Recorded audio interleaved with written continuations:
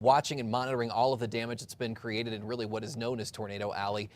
Kristen Curry has been keeping an eye on that storm that passed through. You can still see it on the radar. Yeah, exactly. This started to happen yesterday afternoon, continue through the evening, and it wasn't just Oklahoma, although you can see this video here.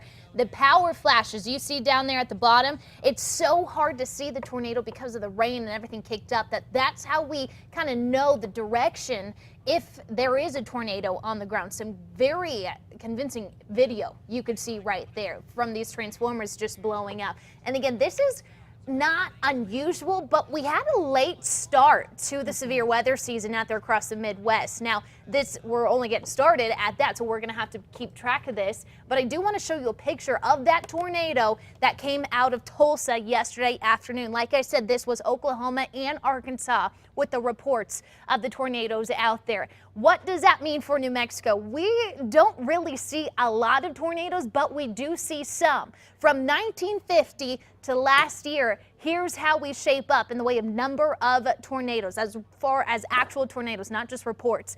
15 is what we usually get in March, or that's what we've seen in March. And April, we've seen about 41. You can see the target months of when we see the most tornadoes is May and June. Now, this is the entire state, but really we see those severe storms and those tornadoes go up against the eastern plains. East of Albuquerque, the mountains really chop up the air, and we just aren't favorable to see the tornadoes here in Albuquerque. So most of this is areas near Tucumcari, Roswell, east of the Sacramento Mountains, near that Texas-New Mexico state line. So, of course, we're going to be continuing to track that severe weather. If you need more information or you're concerned about loved ones out there, just message me and we can give you a more detailed forecast on that. But we're going to transition back to the land of enchantment, show you what we're looking at today. Teens and 20s to the north, 30s and 40s to the south. It's much colder this morning, thanks to that cold front we had move in yesterday. The nice thing is the winds are light across the entire state. A little breezy in Grants, but they're not going to be those 20 to 25 mile per hour winds cranking like we saw yesterday. Lighter winds today, a lot of good sunshine, temperatures down to the mid 60s, but again, despite that cold front, we're still relatively mild in the afternoon. Here's the setup.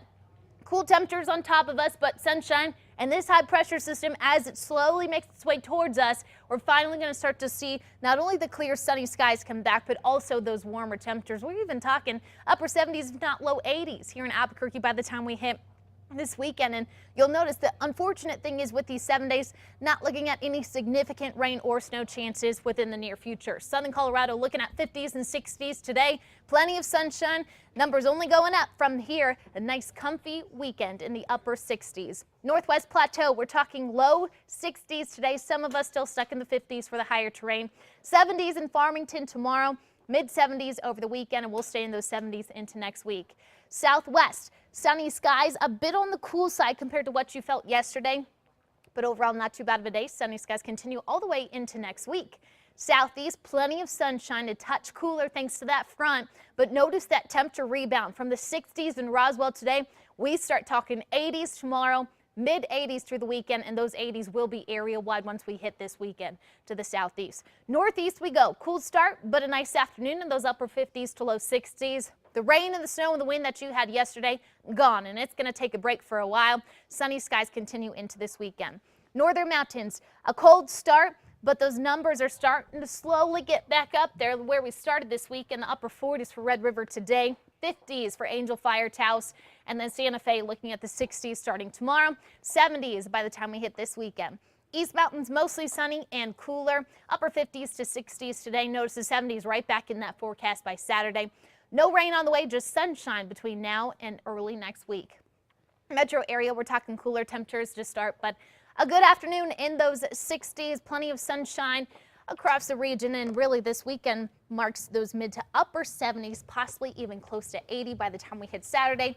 Quick dip by early next week, but overall not too bad of a week. And I do want to show you one last time for maybe the sleepy kiddos who are waking up this morning. I got to go visit Sandia View Elementary School yesterday, learning all about the crazy weather we have here in New Mexico. But like I said, the severe weather that we were talking about earlier, not only did we talk about that with the kinders and first and second graders out at Sandia, but if you need more information, because we really don't talk a lot about it here in New Mexico, I'd be happy to give you more information if you just message me, because especially when we start getting into spring, things get crazy around us. You just made those kids' day.